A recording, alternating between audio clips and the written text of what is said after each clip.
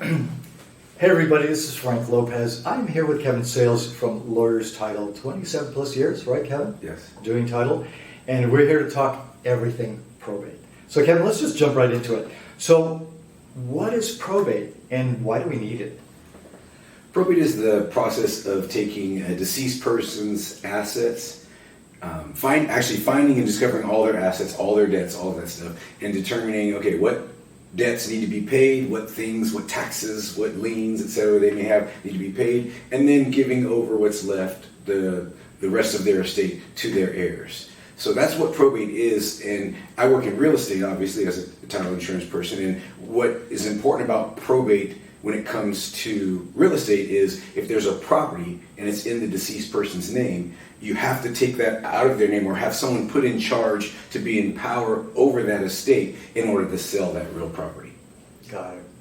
And we see this all the time where mom passes away, somebody puts the property up for sale, you've already got it listed, you maybe have offers on it, and then you find out, oh, wait a minute, the only person that could sign is mom, and mom is not here. Right. And that's where the title company has a problem because somebody's got to sign the property over. So got it. Now, what about time frames? Because you hear about probate being just something that could take months. So tell me a little bit about that. Yeah. Well, what we've seen in probate, I'm going to answer that in two ways. Okay. First, I answer about the time frame for a probate, and then I'll answer about time frame for what we see in a real property sale.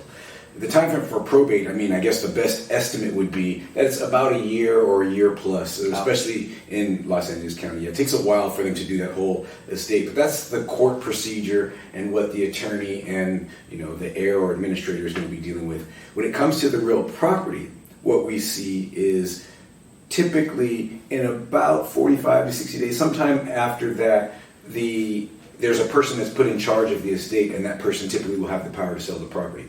So usually when we're dealing with a probate, it's around that time period, 45 to 60 days, when someone is appointed to be in charge of the estate, and then that person has the power to sell the property. Now, there may be other reasons that they can't sell at that point. That's something that a person needs to deal with their attorney about, or they're also depending on what's going on in the state, if there's objections or if there's any fighting or litigation going on, it can make the process take longer as well. But in a normal situation where, let's say it's one heir, it's only a son, there's no one for him to fight with because he gets everything, usually in about 45 or 60 days, they would have the power to sell. That's what we normally see. So 45 to 60 days just to have the approval to sell, and then they can come and list with a broker. And we're talking about another 45 to 60 days to get the property sold. So now we're 4 months from the start date. Now, we get it sold. Yes. Title company okays it, we're done.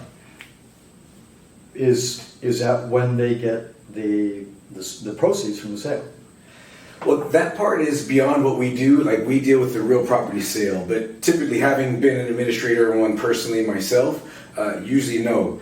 You complete the sale of the property, then there's a lot of other things that have to happen after the fact that the administrator is going to deal with their attorney and deal with the courts on and file papers and that sort of thing, and then the money is distributed much later. So that's where that 1 year comes into play. So usually, and obviously this is very hypothetical. We're just making it up going with general guidelines. Right. So using that general guideline of 4 months to get the property sold, let's say, usually the 8 or so months after that is where they finish the administration, pay debts, do everything that needs to be done for that estate, file tax returns, all that kind of stuff, and then that's at the end is when, in my situation, at the end is when I distributed the money to the heirs. Right. And on our end as brokers, we see from start to finish that we could get everything done in about 4 to 5 months from the time that they start.